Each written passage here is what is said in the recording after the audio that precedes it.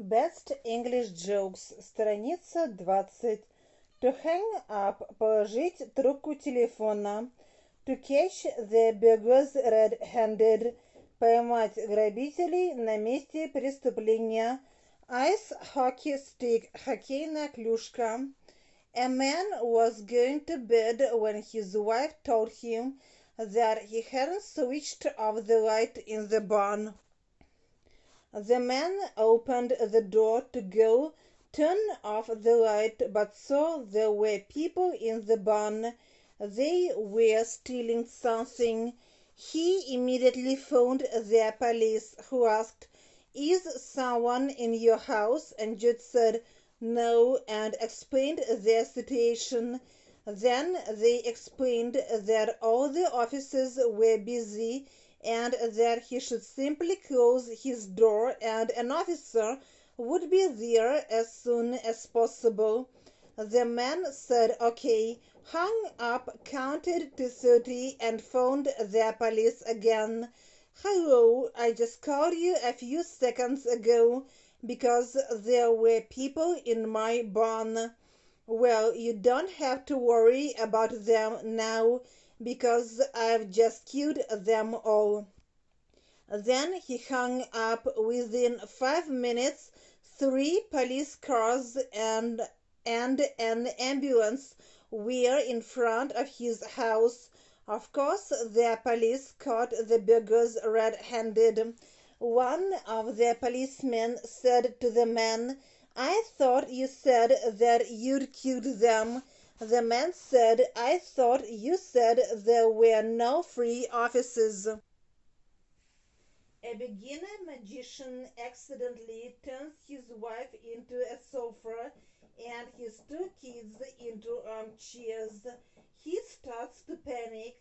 He tries every trick in book, but none works, so he decides to take them to hospital. Once at the hospital, the magician spends a sleepless night while the doctors run numerous tests on the unfortunate woman and children. Finally, the head doctor comes out to speak to the magician. "How is my family?" he asks worriedly. "Are they all right?" The doctor replies, "They're comfortable." Страница 21. In a Catholic school cafeteria, a nun places a note in front of a plate of apples. "Only take one, God is watching." Farther down the line is a plate of cookies. A little boy makes his own note. "Take all you want, God is watching the apples." A young man asked Mozart's advice on how to write a symphony. Since he was very young, Mozart recommended that he start by writing ballads. Surprised, the young man responded, "But you wrote symphonies when you were only 10 years old." "But I didn't have to ask how," answered Mozart. The French government announced today that it is banning the use of fireworks at Euro Disney. The decision comes the day after nightly fireworks at the park, which is just 30 miles outside of Paris, caused soldiers at a nearby French army garrison to surrender to a group of English tourists. An Englishman, an Irishman, and a Scotsman were asked about their tea drinking habits. "I always stir my tea with my left hand," said the Englishman. "I always stir my tea with my right hand," said the Scotsman. "How about you?" the Irishman was asked. "Oh, me," said the Irishman.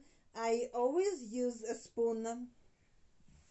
A letter to a bad neighbor. "Dear Charlie, we've been neighbors for 6 years. When you borrowed my ice hockey stick, you returned it in pieces. When I was sick, you listened to hard rock very loudly. And when your son broke my window, you laughed." I could continue, but I'm not one to be so unforgiving. So I'm writing this letter to tell you that your house is on fire. Yours, Harry. Страница 22. Practical joke, розыгрыш, to flee, сбежать, living room, гостиная. The boss called one of his employees into the office. Rob, he said, you've been with the company for a year. You started off in the mail room. 1 week later, you were on a sales position, and 1 month after that, you became a manager of the sales department. Just 4 short months later, you became vice president of the company. Now it's time for me to retire, and I want you to take over the company. What do you say to that? Thanks, said the employee. Thanks, the boss replied. Is that all you can say? I suppose not, the employee said. Thanks, Dad. So, author Conan Doyle, the creator of Sherlock Holmes, enjoyed practical jokes. Some people say he has once sent a telegram to 12 of his friends. All of them were rich and famous people. The telegram said, flee at once, the secret is discovered. In 24 hours, all 12 had left the country. A couple is sitting in their living room drinking wine. Suddenly, the wife says, I love you. Is that you or the wine talking? Asks the husband. It's me, says the wife, talking to the wine. An Englishman and a Scotsman go to a bakery shop. The Englishman puts 3 cookies into his pocket very quickly. Страница 23. You never beat that. Ты этого не переплюнешь. I owe you. Я должен тебе. An Englishman and a Scotsman go to a bakery shop. The Englishman puts 3 cookies into his pocket very quickly. The baker doesn't notice. The Englishman says to the Scotsman, do you see how clever we are? You never beat that. The Scotsman says to the Englishman, watch this. A Scotsman is always cleverer than an Englishman. He says to the baker, give me a cookie, I can show you a magic trick. The baker gives him the cookie, which the Scotsman eats. Then he says to the baker, give me another cookie for my magic trick. The baker is getting suspicious, but he gives it to him. He eats this one too. Then he says again, give me one more cookie. The baker is getting angry now, but gives him one away. Anyway, the Scotsman eats this one too. Now the baker is really mad, and he shouts, and where is your famous magic trick? The Scotsman says, look in the Englishman's pocket. Monty Kelly, a rich man who lived in Australia, decided to have a party, so he invited his friends, including Daryl, the only Aborigine in the town. The party was held around the pool near Monty's house. Everyone was having a good time dancing, eating, and drinking. In the middle of the party, the host said, I have a 16-feet man-eating crocodile in my pool, and I'll give $1 million to anyone who jumps in.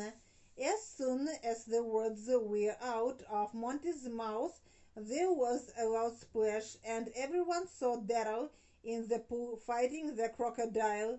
It was very hard for the man, but within some time the crocodile was dead. Daryl then slowly got out of the pool. Everybody was looking at him in shock. Then Monty said, well, Daryl, I think I owe you $1 million. Страница 24. No, boss, I don't want it, said Daryl. The rich man said, man, I have to give you something, maybe a new car. "No, thanks, I don't want it," answered Darrow. The host said, "Come on, I really should give you something. That was brilliant. How about a new Rolex watch?" Again, Darrow said no. Then the rich man asked, "Well, Darrow, what do you want?" Darrow said, "I just want that idiot who pushed me in."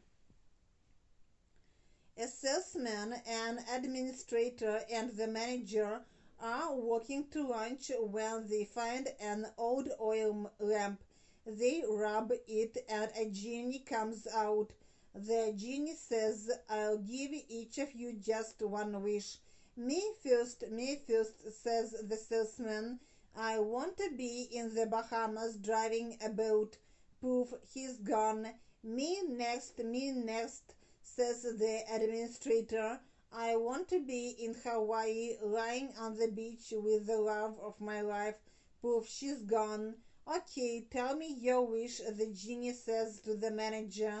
The manager says, "I want those two back in the office after lunch." Moral of the story: always let your boss speak first. A dying man lies on his bed. Near him stands his family, a crying wife and 5 children. 4 of the children are tall and good-looking, but the fifth, the youngest one, is ugly.